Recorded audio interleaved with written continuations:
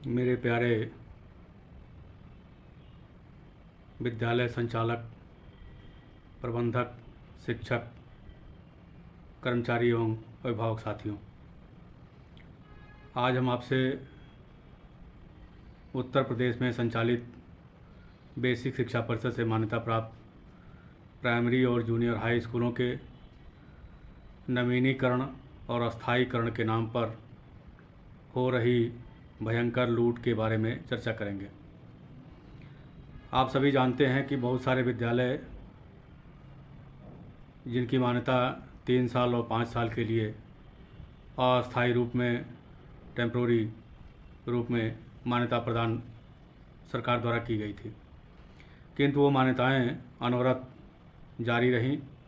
विद्यालय संचालित होते रहे, आरटीई के पोर्टल पर सारे विद्यालयों का नाम चढ़ा, यूडाइस कोड अलॉट हुआ, अल्पसंख्यक छात्रवृत्ति और समाज कल्याण की छात्रवृत्ति के पोर्टल पर विद्यालयों का नाम चढ़ा,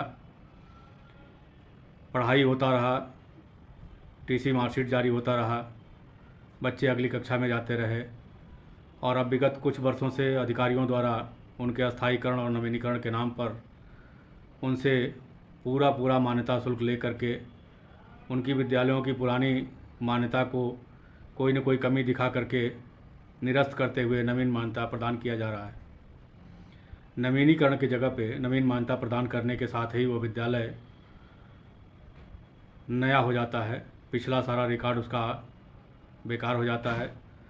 पिछला सारा रिकॉर्ड वो कहाँ रखे, किसे दे दे, कौन उसके द्वितीय प्रति को जारी करेगा, कौन उसका सत्यापन करेगा, इस विषय पर कोई भी विचार विमर्श नहीं किया गया, न कोई निर्णय लिया गया है।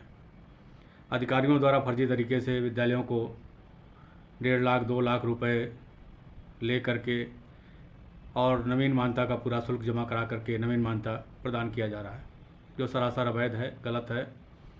अगर हम नवीन मान्यता प्राप्त करते हैं तो पुरानी मान्यता के सारे रिकॉर्ड हमारे वहीं से बंद हो जाने चाहिए और नया स्कॉलर नंबर, नया रिजल्ट शीट, नया अटेंडेंस रजिस्टर, नया सब कुछ लागू होना चाहिए। पुराने रिकॉर्ड को अगर हम कंटिन्यू करते हैं तो हम गलत कर रहे हैं, और अगर पुरानी मान्यता को समाप्त करके नवीन मान्यता को प्रदान किया जा रहा है तो अधिकारी गलत कर रहे हैं। नवीनीकरण का मतलब होता है पुरानी मान्यता के पत्रांक दिनांक को मेंशन करते हुए नवीन मान्यता न प्रदान कर नवीनीकरण का आदेश प्रदान किया जाए। जैसे सोसाइटी रजिस्ट्रेशन एक्ट के तहत रजिस्ट्रेशन प्रमाण पत्र का नवीनीकरण होता है, ड्राइविंग लाइसेंस का नवीनीकरण होता है, विभिन्न सारे विभागों के लाइसेंस का नवीनीकरण होता है, उसी तरह से नवीनीकरण का आदेश होना चाहिए, नवीनीकरण किया जाना चाहिए। अस्थायी मान्यता का प्राविधान इस समय है नहीं। अस्थायी मान्यता होने के बाद विद्यालय को वेतन वितरण अधिनियम में आ जाना चाहिए। ऐसा कोई रास्ता सरकार के पास है नहीं। सरकार अस्थायी मान्यता प्राप्त विद्यालयों को जो पूर्व में बचे हुए हैं उनको अनुदानित नहीं कर रही है, तो 1.5 लाख जो विद्यालय टेम्प्रोरी मान्यता प्राप्त पूरे प्रदेश में प्राइमरी और जूनियर संचालित हैं उत्तर प्रदेश में, उन्हें कहाँ से अस्थायी मान्यता प्रदान कर वेतन देगी।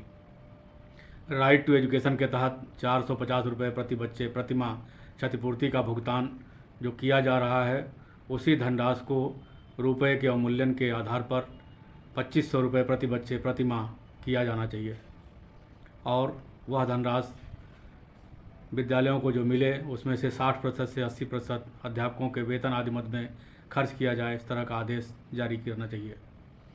सरकार को हमारा सुझाव है कि इस पर तुरंत विचार करे और मान्यताओं के नवीनीकरण की प्रक्रिया बनावे। जिस तरह से सोसाइटी रजिस्ट्रेशन एक्ट में 1500 रुपये जमा करा करके नवीनीकरण किया जाता है, उसी तरह से 500 रुपये या 1000 रुपये प्रति वर्ष के हिसाब से नवीनीकरण शुल्क जमा करा करके विद्यालयों के नवीनीकरण का प्राविधान बनाए।